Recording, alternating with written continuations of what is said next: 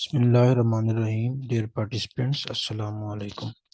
आज का जो हमारा लेक्चर है वो लेक्चर नंबर 8 है, जिसमें हमने user interaction plus conditional logics को डिस्कस करना है। तो सबसे पहले हम देखते हैं जी यूज़र इंटरेक्शन कैसे कहते हैं। The user interface is the point of human computer interaction and communication in a device.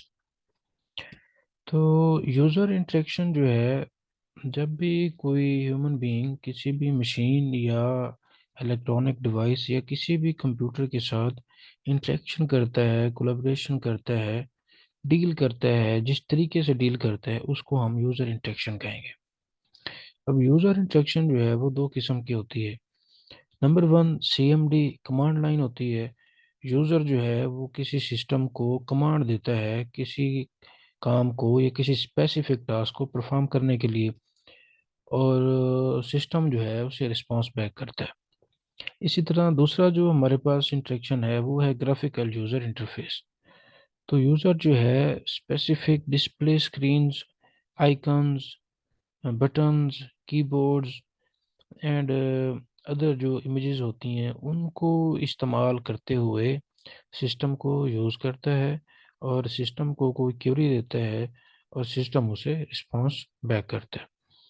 तो अगर ये आप डायग्राम देखें तो इसमें आपको नंबर वन यूज़र नज़र आ रहा है पहले पहले। तो यूज़र जो सोचता है उसका या जो आइडिया होता है वो एक्शन परफॉर्म करता है, कोई ना कोई इनपुट देता है सिस्टम को। अब ये इनपुट अगर आप देखें तो सिग्नल की सूरत में जा रही है।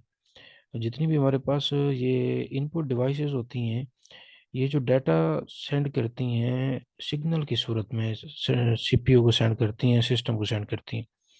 अगर हम कीबोर्ड की बात करें तो आपने देखा होगा कीबोर्ड के साथ एक केबल लगी होती है जो डायरेक्ट CPU से जुड़ रही होती है।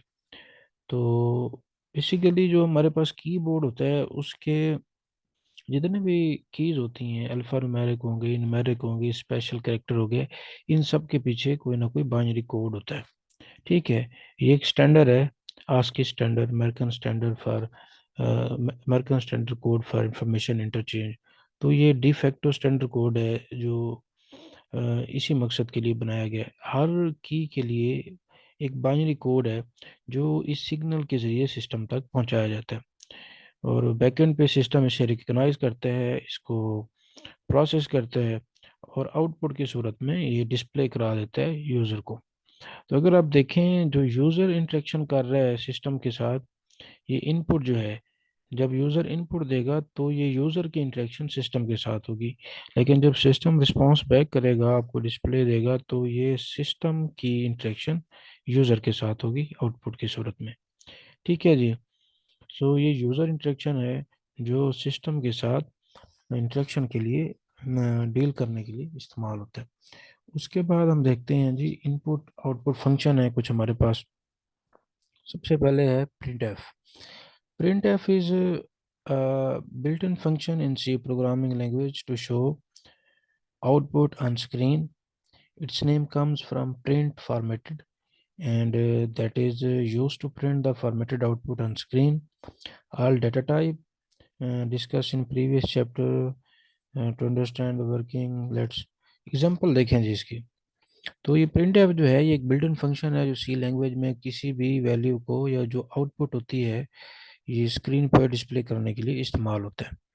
तो सबसे पहले प्रोग्राम में हमारे पास है जी हैशटैग इस्तेमाल हो रहा है। तो प्रीवियस लेक्चर में हमने पढ़ा था कि हैशटैग इंक्लूड जो है इसको इस्तेमाल करते हुए हम सी लैंग्वेज में किसी भी प्री प्रोसेसिव डायरेक्टिव्स को, हेडर फाइल को जो है ना, या लाइब्रेरी फाइल को इंक्लूड करवा सकते हैं।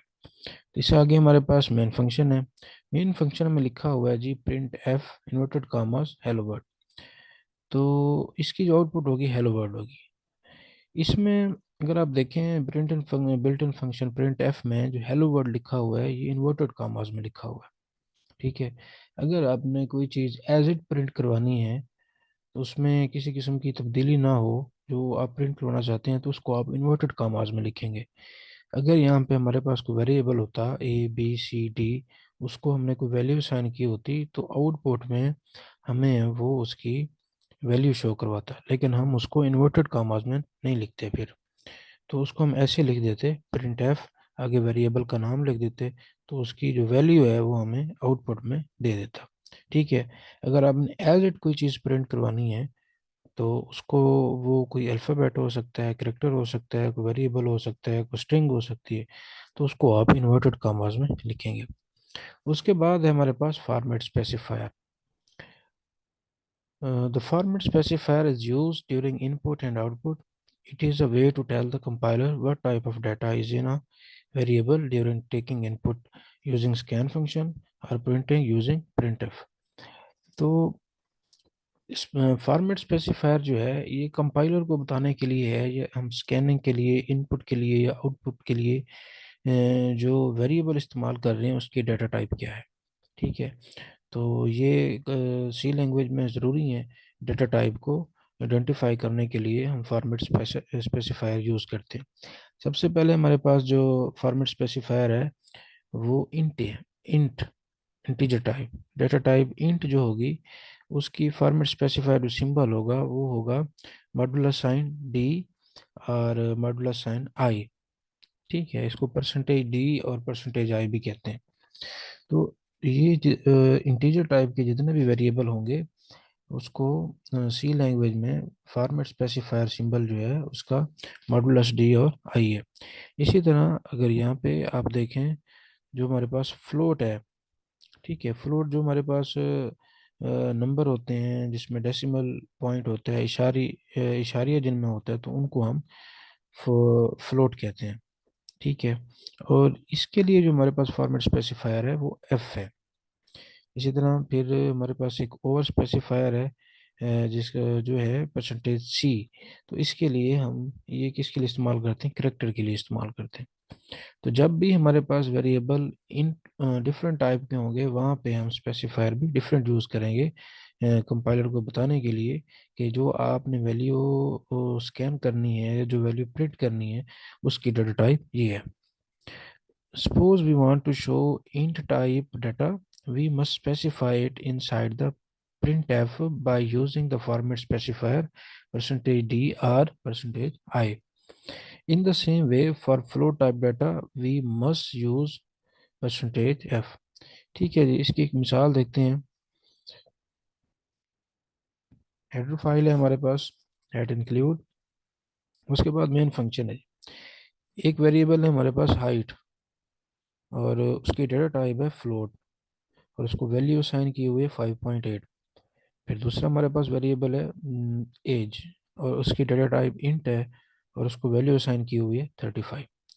तो हमने built in function print f लगाया, इन्वर्टेड कॉमास में लिखा जी my age is, format specifier D लगाया। तो इसका मतलब है कि यहाँ पर जो इंटीजर टाइप, जिसकी डाटा टाइप इंटीजर होगी, वो वेरिएबल यहाँ पे आएगा। ठीक है जी। और and my height is percentage F. तो इसका मतलब है यहाँ पे जिसकी डेटा टाइप फ्लोट होगी वो वेरिएबल, उसकी वैल्यू वहाँ पे आएगी। यहाँ पे हमने दो वेरिएबल दे दिए जी, एज हाइट, इन दोनों में वैल्यूज हैं। ठीक है जी। जब आउटपुट कराएंगे तो यहाँ पे देखें एज जो है 35, क्योंकि यहाँ पे हमने फॉर्मेट स्पेसिफायर डी दिया है, तो सबसे पहले जो डेसिमल होंगे, जो इंटीजर होंगे, वो यहाँ पे आएंगे। ठीक है। उसके बाद हमने फॉर्मेट स्पेसिफायर एफ दिया है, तो फ्लोट जो हमारे पास डेटा टाइप होगी वो यहाँ पे आएगी। ठीक हो गया। उसके बाद हमारे पास फंक्शन है जी scan f. Scan f is a built in function in C language that takes input from user into the variables. We specify the expected input data type in scanf function with the help of format specifier. If user enters integer data type, format specifier mentioned in scanf must be percentage %d or I. तो scanf function जो है हमारे पास, ये data को input के लिए, data input के लिए इस्तेमाल होता है। अगर हमने सी लैंग्वेज में प्रोग्राम में अगर हमने कोई डाटा इनपुट के तौर पर देना है, ठीक है, अगर हम यूज़र को अलाउ करते हैं कि वो अपनी मर्ज़ी से डाटा एंटर करे, तो उसके लिए हम स्कैनर यूज़ करते हैं। और जो सी लैंग्वेज में उसका बिल्ट इन फंक्शन है उसको हम स्कैन एफ कहते हैं। प्रोग्राम देख लेते हैं जी। हेडर फाइल है, उसके बाद मेन फाइल, मेन फंक्शन है। मेन फंक्शन में एक वेरिएबल है जी ग्रेड, और उसकी जो डेटा टाइप है ये है जी करेक्टर। ठीक है, तो मतलब ये है कि यूज़र ने अपना ग्रेड जो है इनपुट करना है, अपना ग्रेड खुद देना है। तो यहाँ पे फिर हमने स्कैनर लगाया हुआ बिल्ट इन फंक्शन है। फिर हमने फॉर्मेट स्पेसिफायर उसे बताया %c। तो इसका मतलब है कि यूज़र जो है यहाँ पे जो डाटा टाइप करेगा, जो डाटा एंटर करेगा इनपुट के तौर पर, उसकी जो डाटा टाइप है वो करेक्टर है। ठीक है, आगे फिर एंड का साइन लगा हुआ है और साथ ग्रेड। और जो भी वैल्यू हम स्कैन करेंगे, जो भी वैल्यू यूज़र एंटर करेगा वो इस वेरिएबल में ग्रेड में जाके सेव होगी। और यहाँ पे जो एक चीज़ समझने वाली है, यहाँ पे एक सिंबल इस्तेमाल हुआ है एंड। इसको देखते हैं।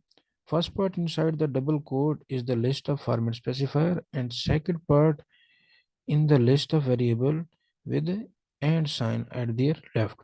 तो जब भी हमने स्कैनर यूज करना है, डाटा इनपुट के तौर पर सिस्टम को देना है, तो वेरिएबल के साथ आप ये साइन यूज करेंगे। इसे हम एंड साइन कहते हैं। ठीक है, उसके बाद हम देखते हैं जी इंपॉर्टेंट एस्केप सीक्वेंस। तो सी लैंग्वेज में कुछ हमारे पास एस्केप सीक्वेंस हैं, और ये एस्केप सीक्वेंस क्या काम करते हैं इसको देखते हैं जी। सबसे पहले न्यू लाइन एस्केप सीक्वेंस हमारे पास। ये न्यू लाइन क्या करता है, अगर हमने सी लैंग्वेज में आउटपुट को, अगर मल्टीपल पीस ऑफ कोड हमारे पास है, उसकी इसकी आउटपुट हमने लेनी है, तो हम चाहते हैं कि एक जो नेक्स्ट आउटपुट है वो नेक्स्ट लाइन पे है, तो उसके लिए हम स्लैश बैकवर्ड स्लैश एन इस्तेमाल करते हैं। ठीक है, तो ये क्या करता है, जो आउटपुट होती है उसको अगले लाइन पे ले जाता है। तो after escape character and specify movement of the cursor to the start of the next line. This escape sequence is used to print the output on multiple lines. Consider the following example. Program देखें जी, header file, उसके बाद हमारे पास main function है जी print f my name is Ali, आगे backward slash n inverted commas में लिखा हुआ है। तो इसका मतलब है जब भी प्रोग्राम यहाँ तक पहुँचे, यहाँ पे वैल्यू यहाँ तक पहुँचे जहाँ तक एग्जीक्यूट होगा, उसके बाद जो हमारा कर्सर है वो ऑटोमेटिक जो है कहाँ पे चला जाए, न्यू लाइन पे ला जाए स्लैश एन। तो जो अगली हमारे पास एग्जीक्यूशन होगी वो न्यू लाइन पे होगी। फिर प्रिंट फंक्शन लगा हुआ है आई लिव इन लाहौर। तो इसका जो आउटपुट होगा वो आप यहाँ पे देखें कि माई name is Ali and I live in Lahore. तो इसका मतलब है कि अगर हमारे पास आउटपुट में एक से ज़्यादा वैल्यूज़ हैं, तो हम चाहते हैं उसे हम वन बाय वन दूसरी लाइन पे शो करवाएं, तो हम उसके साथ स्केप सीक्वेंस यूज़ करेंगे न्यू लाइन का। फिर दूसरा हमारे पास स्केप सीक्वेंस है टैब। ठीक है, इसको बैकवर्ड स्लैश टी से हम शो करते हैं। Escape sequence backward slash t specifies the input output function of moving to the next tab stop horizontally. A tab stop is collection of 8 spaces. Using slash t takes cursor to the next tab stop. तो basically tab function जो है, अगर हमने एक से ज़्यादा spaces देनी है इकट्ठी आउटपुट के दरमियान, तो टैब स्पेस जो है ये 8 स्पेसेस पर मुश्तमिल होती है। जब भी आप टैब दबाएंगे कीबोर्ड पर, तो ये इकट्ठी 8 स्पेसेस जो है वो इकट्ठी देगा। तो अगर हम चाहते हैं कि हमारी आउटपुट में 8 स्पेसेस हों, मतलब एक आउटपुट है उसके बाद 8 स्पेसेस हों फिर दूसरी आउटपुट हो। बेसिकली ये अगर आपने किसी किस्म का टेबल आउटपुट में शो करवाना हो, ठीक है, तो किसी दो वैल्यूज़ के दरमियान आपने गैप दिखाना हो, तो उसके लिए फिर हम स्लैश टी यूज़ करते हैं। तो ये क्या करता है, हमारी जो दो वैल्यूज़ होती हैं आउटपुट की, उनमें कम से कम 8 स्पेसेस देता है, जो कि एक कॉलम की शक्ल में बन जाते हैं। ठीक है, तो उसके लिए हम बैकवर्ड स्लैश टी यूज़ करते हैं। नेक्स्ट है जी हमारे पास operators in mathematics and computer programming. An operator is a character that represents a specific mathematical or logical action or process.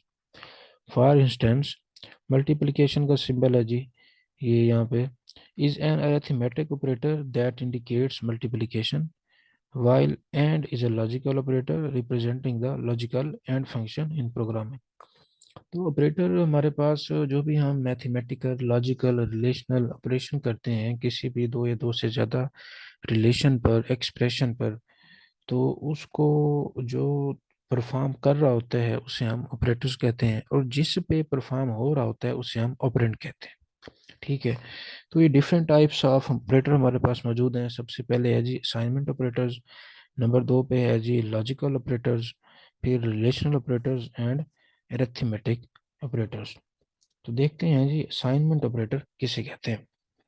Assignment operator जो है, assignment operator is used to assign a value to a variable or assign a value of variable to another variable. तो assignment operator जो है ये किसी भी variable को value assign करने के लिए या किसी भी वैल्यू को दूसरे वेरिएबल को असाइन करने के लिए इस्तेमाल होती है। फॉर एग्जांपल यहाँ पे देखें हमारे पास एक वेरिएबल है जिसका नाम है सम, और उसकी डाटा टाइप है जी इंटीजर इंट। अब हमने उसको असाइनमेंट ऑपरेटर यूज करके वैल्यू क्या दी हुई है, 5 दी हुई है। ठीक है जी। So value 5 is assign to variable name sum after executing this line of code. Next हमारे पास जी हैं ऑपरेटर्स कौन से हैं, अरिथमेटिक ऑपरेटर्स हैं। तो arithmetic operators are used to perform arithmetic operation on data. कौन कौन से हैं जी देख लेते हैं। सबसे पहले हमारे पास डिवीजन ऑपरेटर है। It is used to divide the value on the left side by the value on the right side. तो लेफ्ट साइड पे हमारे पास जो वैल्यू होगी वो क्या होगी, अ, उसको डिवाइड करेगी जो राइट साइड पे वैल्यू होगी। मतलब ये है कि जो राइट साइड पे वैल्यू होगी वो हमारी डिविजर होगी, और जो लेफ्ट साइड पे वैल्यू होगी वो हमारी डिविडेंट होगी। अगर मैं कहता हूँ 4 फिर डिविजनल ऑपरेटर 2, ठीक है, मतलब 4/2, तो मतलब ये है कि जो 4 है वो लेफ्ट साइड पे है और जो 2 है वो राइट साइड पे है, और जो डिवाइड हो रही है वो लेफ्ट साइड वाली वैल्यू है 4, और जो डिवाइड कर रहा है वो राइट साइड वाली वैल्यू है 2। ठीक हो गया जी। नेक्स्ट ऑपरेटर हमारे पास है जी मल्टीप्लिकेशन ऑपरेटर। इसको हम स्टार से शो करते हैं कंप्यूटर में। It is use to multiply two values. जब हमने दो या दो से ज़्यादा वैल्यूज़ को मल्टीप्लाई करना हो तो उसके लिए हम जो ऑपरेटर यूज़ करते हैं उसे मल्टीप्लिकेशन ऑपरेटर कहते हैं। देन है जी हमारे पास एडिशन ऑपरेटर। एडिशन ऑपरेटर क्या करता है जी, it is use to add two values. ये दो वैल्यूज़ या दो से ज़्यादा वैल्यूज़ को जमा करने के लिए इस्तेमाल होता है। फिर सब्ट्रैक्शन ऑपरेटर है जी।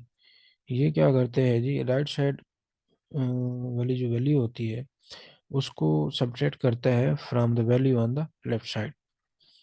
फिर है जी हमारे पास मॉडुलस ऑपरेटर। ये क्या करता है, it gives remainder value after dividing the left operand by right operand. ठीक है। तो मॉडुलस बेसिकली रिमाइंडर, अगर दो वैल्यूज हैं उसको अगर आपने डिवाइड किया है और उसका जो रिमाइंडर बचेगा वो आपका मॉडुलस होगा। ठीक हो गया जी।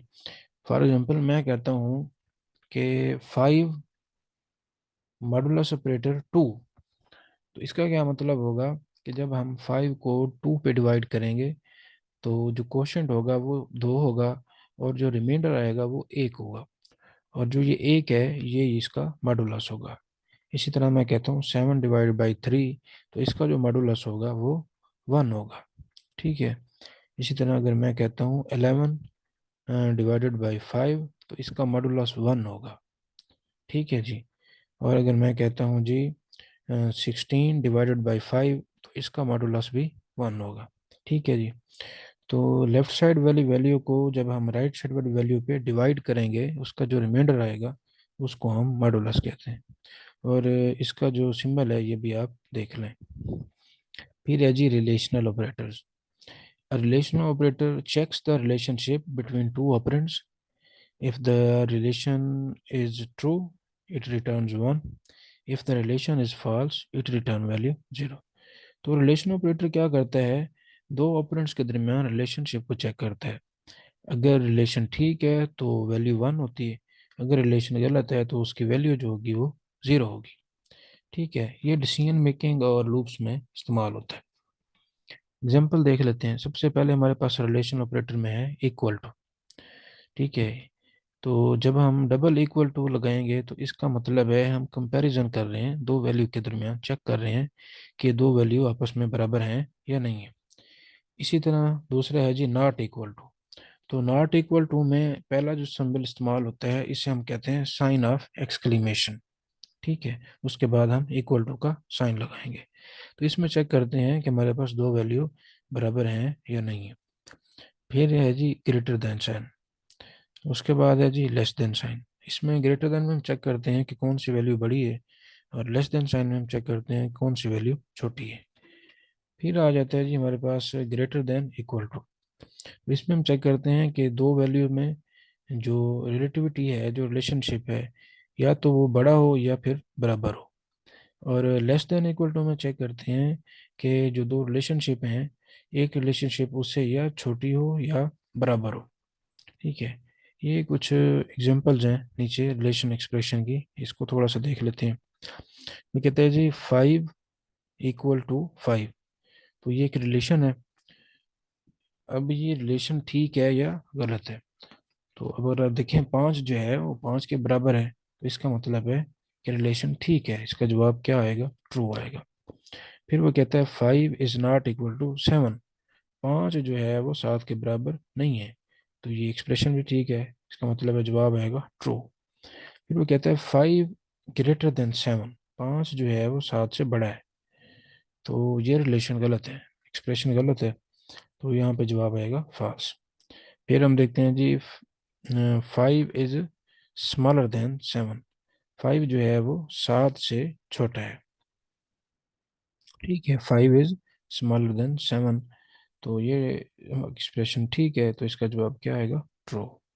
फिर देखते हैं जी 5 is greater than and equal to 5। वो कहता है 5 जो है वो 5 से बड़ा है या बराबर है। तो इसमें हमारे पास क्योंकि 5 5 से बराबर है, तो ये कंडीशन भी ठीक हो जाएगी। यहाँ पे जवाब आएगा ट्रू। फिर वो कहता है जी 5 smaller than 5। 5 is less than or equal to 4। वो कहता है 5 जो है वो 4 से छोटा है या 4 के बराबर है। तो 5 जो है वो 4 से छोटा भी नहीं है और 4 के बराबर भी नहीं है, तो इसका मतलब है यहाँ पे हमारे पास जो वैल्यू आएगी, जो रिजल्ट आएगा वो फॉल्स होगा। देन हम देखते हैं जी लॉजिकल ऑपरेटर।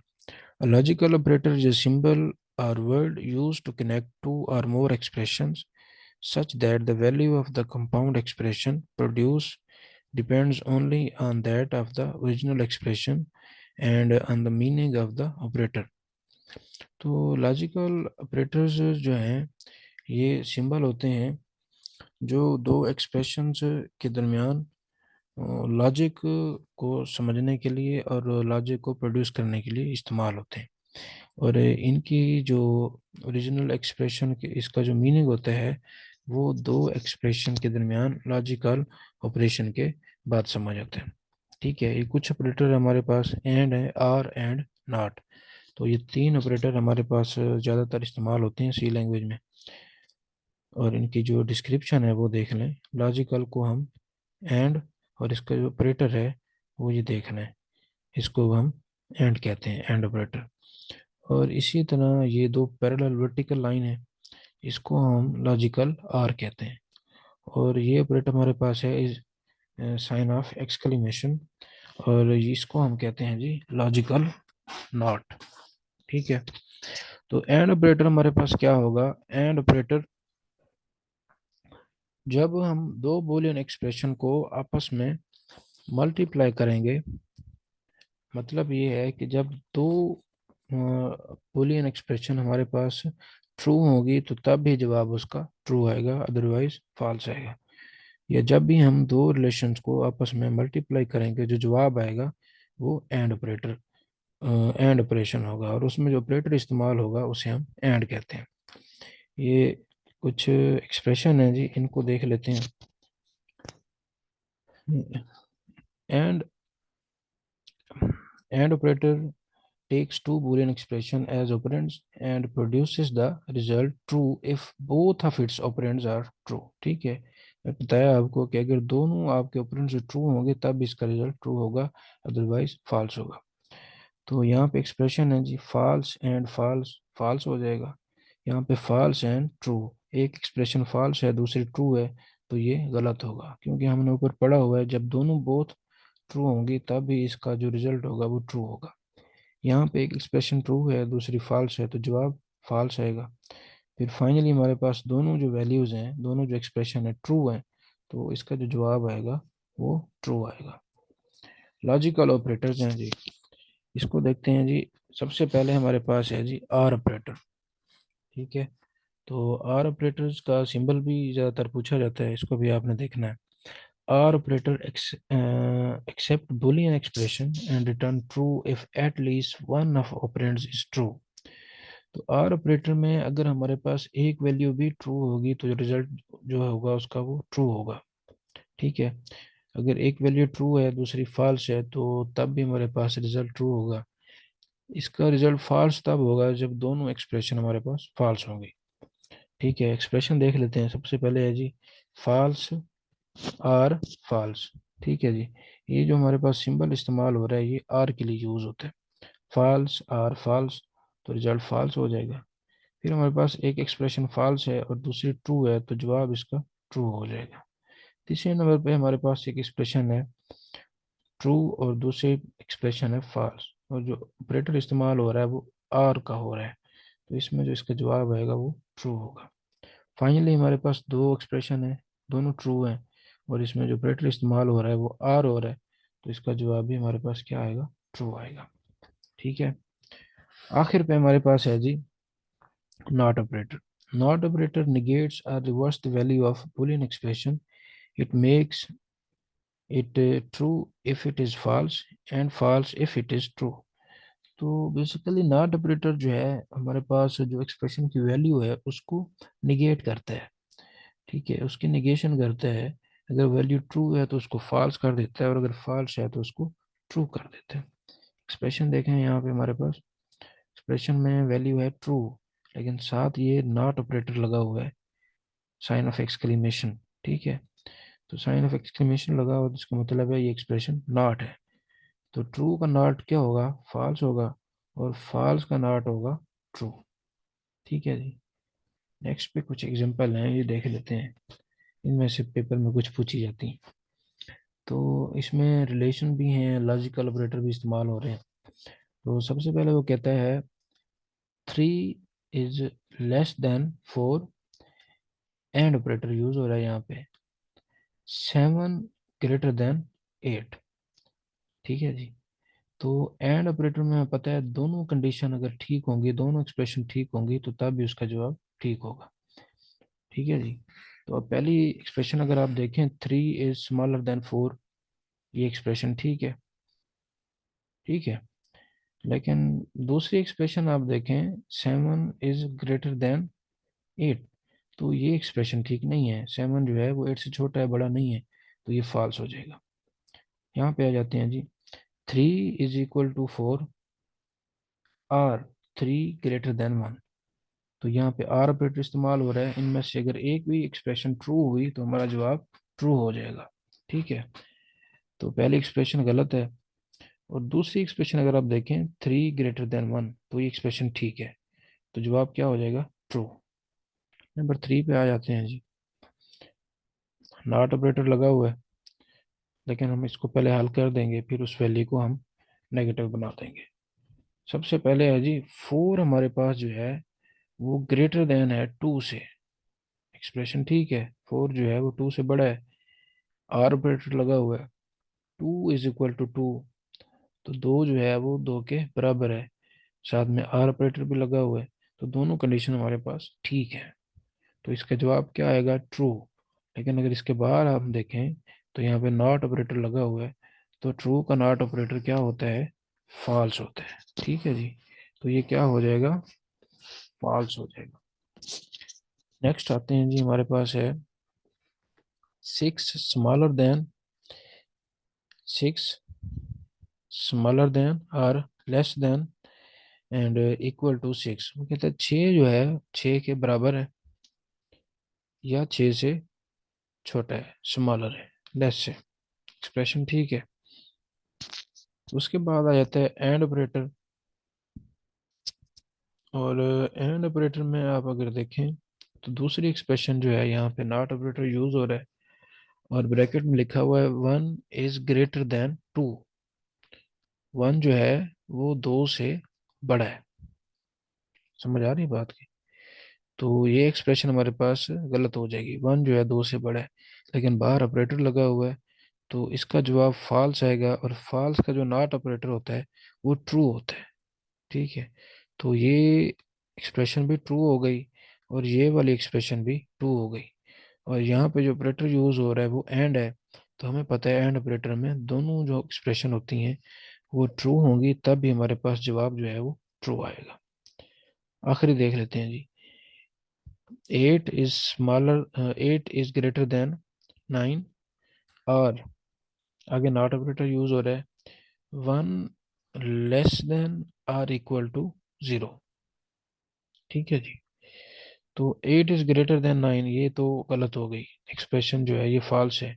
लेकिन साथ में आर ऑपरेटर लगा हुआ है, ये अगर कंडीशन ट्रू हो गई तो जवाब इसका ट्रू आएगा। तो कहता है when less than or equal to 0। वो कहता है 1 जो है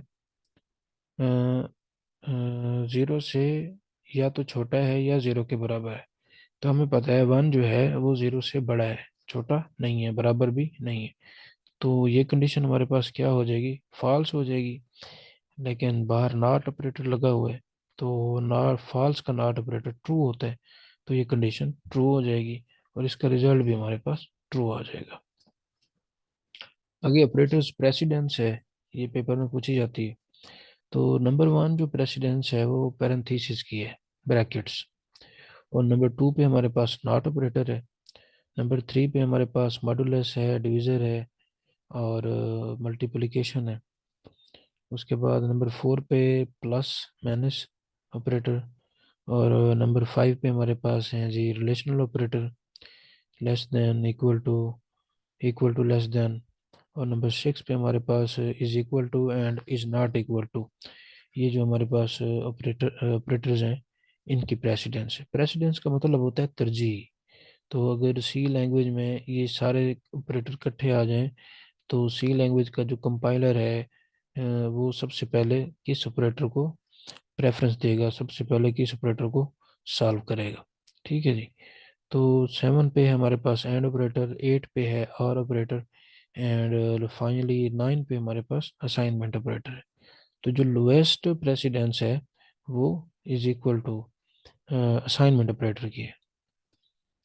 फिर है जी conditional logics. Conditional logics is the idea that you can set rules or conditions that cause your process to change based on input. तो कंडीशनल लॉजिक जो है सी प्रोग्रामिंग में, अगर हमने किसी भी पीस ऑफ कोड को अपनी कंडीशन के मुताबिक चलाना है तो उसके लिए हम कंडीशनल लॉजिक्स यूज़ करते हैं। ठीक हो गया। बेसिकली ये फ्लो ऑफ कंट्रोल का कंसेप्ट है। फ्लो ऑफ कंट्रोल में हमने पढ़ा था कि हमारे पास 3 किस्म के फ्लो ऑफ कंट्रोल होते हैं। नंबर 1 सीक्वेंस, उसमें पीस ऑफ कोड जो है सीक्वेंस में line by line, one by one. और नंबर 2 पे कंडीशनल लॉजिक्स थी, जिसमें if statement and if else statement, जिसे हम सिलेक्शन स्टेटमेंट कहते हैं। और नंबर 3 पे हमारे पास रेपिटेशन, जिसमें लूप्स आ जाती हैं, for loops, while loops and do while loops. तो इसमें हम जो है इफ एल्स स्टेटमेंट को डिस्कस करते हैं। इफ एल्स स्टेटमेंट क्या है जी? C language provides if statement in which we specify a condition and associate a code to it. The code gets executed if the specified condition turns out to be true. तो if statement उस वक्त execute होगी कि जब specify condition जो है वो true होगी। उसके बाद जो एसोसिएट कोड होगा वो एग्जीक्यूट होगा। ठीक है जी। इसका जनरल स्ट्रक्चर आप देख लें। सबसे पहले जी इफ है, तो ये कीवर्ड है, ये रिजर्व कीवर्ड है सी लैंग्वेज में। ठीक है जी। बाय डिफ़ॉल्ट है ये। तो इफ के बाद ब्रैकेट में हम उसको कंडीशन देंगे। अगर ये कंडीशन ट्रू होगी ठीक है, कंडीशन मीट करेगी तब जाके ये एसोसिएट कोड एग्जीक्यूट होगा, अदरवाइज नहीं होगा, प्रोग्राम खत्म हो जाएगा। Here is a brief description of different components involve. सबसे पहले वो कहता है जी, in the given structure if is a key word that is followed by condition inside the parenthesis.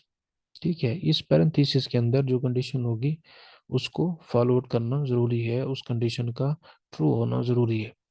A condition could be any valid expression, including arithmetic expression, relational expression, logical expression or combination of these।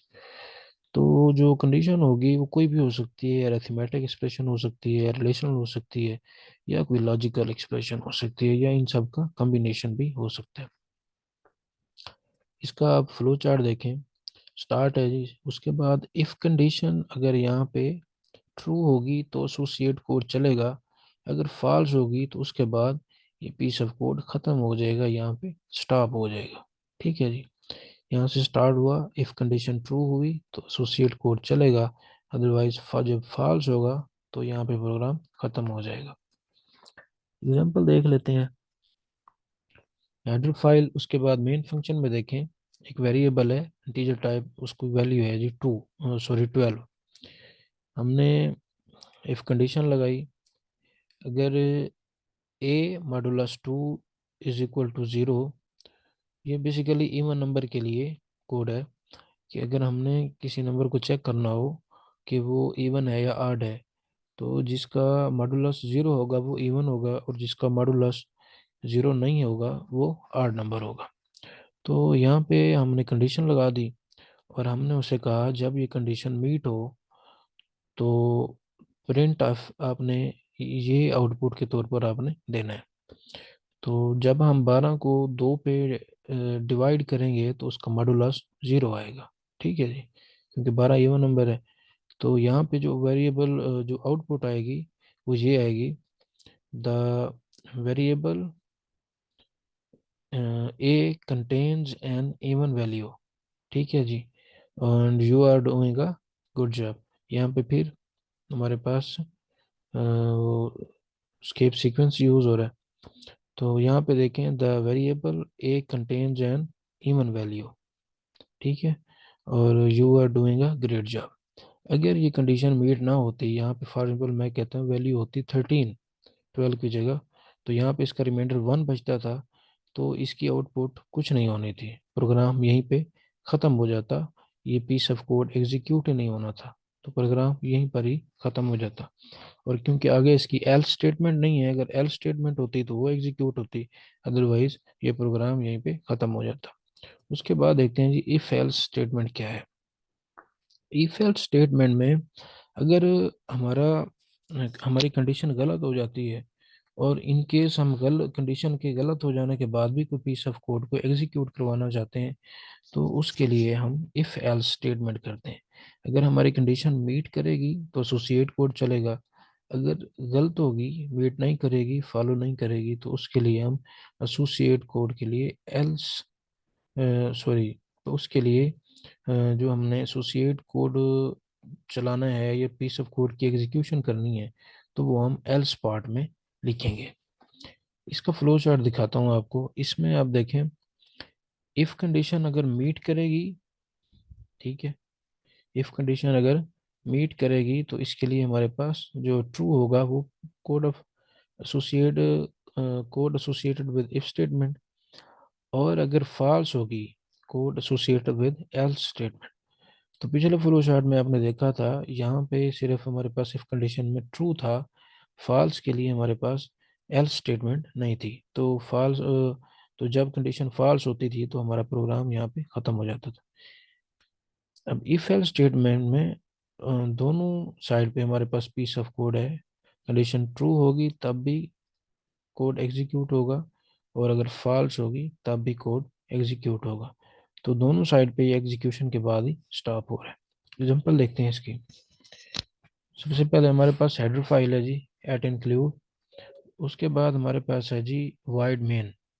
ठीक है, main function है, float percentage, variable है एक float type का, print F enter the percentage. तो built in function use किया है print F का, कि स्क्रीन पे आपने शो करवाना है कि आप अपनी परसेंटेज को एंटर करें। स्कैनर लगाया हुआ है, तो उसका फॉर्मेट स्पेसिफायर हमारे पास है जी एफ। तो ये स्कैनर बता रहा है उसको कि आपने जो वैल्यू लेनी है वो फ्लोट टाइप लेनी है।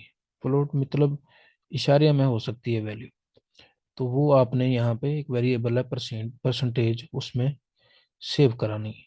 ठीक हो गया। तो जो वैल्यू यहाँ पे स्कैनर कैच करेगा वो इसमें परसेंटेज में आ जाएगी। अब एक कंडीशन लगाइए जी, if percentage greater than and equal to 80, तो आपने प्रिंट करवाना है ए। ठीक है, ठीक हो गया जी। अब यूज़र वैल्यू जो देगा उसमें अब ये लूप चेक, कंडीशन चेक करेंगे कि परसेंटेज अगर 80 से ज़्यादा है या 80 के बराबर है तो उसका जो ग्रेड होगा वो ए होगा। ठीक हो गया। और अगर ये स्टेटमेंट मीट नहीं करती तो एल्स पार्ट में फिर हमने एक कंडीशन लगाई हुई है, if percentage greater than equal to 70, print grade B. फिर इसके एल्स पार्ट में एक और कंडीशन लगा दी है, if percentage greater than equal to 60, printf grade C. इसी तरह एल्स इसका, एल्स में अंदर फिर एक हमने कंडीशन लगा दी है, percentage greater than equal to 50, printf D. Else में हमने लिखा है जी प्रिंट एफ एफ। सपोज करें अब मैं यहाँ पे जो परसेंटेज एंटर करता हूँ अपनी, यहाँ पे मैं कर देता हूँ 55 सपोज। तो कंडीशन यहाँ पे आएगी जी, इफ परसेंटेज, वैल्यू क्या आ गई परसेंटेज की 55, greater than or equal to 80। तो 55 क्या 80 के बराबर है? नहीं है। तो ये पीस ऑफ कोड एग्जीक्यूट नहीं होगा, print F A grade A. तो ये यहाँ पे स्किप हो जाएगा, यहाँ पे ख़त्म हो जाएगा, एल्स पार्ट में आ जाएगा। तो जब प्रोग्राम एल्स पार्ट में आएगा यहाँ पे फिर कंडीशन लगी होगी। तो परसेंटेज की वैल्यू हमारे पास 55 है, चेक करेगा if 55 greater than equal to 70, या 55 70 के बराबर है या उससे बड़ा है? नहीं है, बिल्कुल नहीं है। तो इसको फिर स्किप कर देगा, एल्स में आ जाएगा। तो एल्स में जब देखेगा यहाँ पे एक और कंडीशन लगी हुई है, if 55 greater than equal to 60, नहीं है 55 फिर 60 से बड़ा भी नहीं है और बराबर भी नहीं है। तो यहाँ पे हम ये प्रिंट एफ का जो ये जो पीस ऑफ कोड है यहाँ पे फिर स्किप हो जाएगा, एल्स पार्ट में आ जाएगा। तो एल्स पार्ट में फिर कंडीशन लगी हुई, percentage 55 greater than or equal to 50। जी हाँ, 55 जो है वो 50 से ग्रेटर है। तो यहाँ पे फिर हमारी जो कंडीशन है ट्रू होगी, तो ये पीस ऑफ कोड यहाँ पे एग्जीक्यूट होगा, एसोसिएट कोड होगा। तो यहाँ पे उसने जो ग्रेड है वो डी प्रिंट करा देना है। ठीक हो गया। तो अब एल्स पार्ट को वो स्किप कर देगा क्योंकि यहाँ पे उसकी कंडीशन मीट हो रही है। ठीक है। इसी तरह अगर मैं क्या करता कि परसेंटेज में एंटर करता 90, तो वो चेक करता if percentage 90 greater than 80 or equal to 80। जी हाँ जी, 90 जो है वो 80 से बड़ा है, तो उसने ये प्रिंट करा देना है जी ग्रेड ए। बाकी सारा पीस ऑफ कोड जो है स्किप हो जाएगा क्योंकि यहाँ पर ही हमारी जो कंडीशन है वो यहाँ पे मीट हो रही है। ठीक है जी। तो ये सारी चीज़ें आपने गौर से देखनी है, और इंशाल्लाह अल्लाह ताला सबको कामयाब करे। और इसका क्विज़ भी थोड़ी देर तक जो अपलोड कर दिया जाएगा, तो आपने खूब तैयारी करनी है। अल्लाह पाक आप सबको अपने हिफ्ज़-ओ-अमान में रखे। Thank you so much. अल्लाह हाफिज़।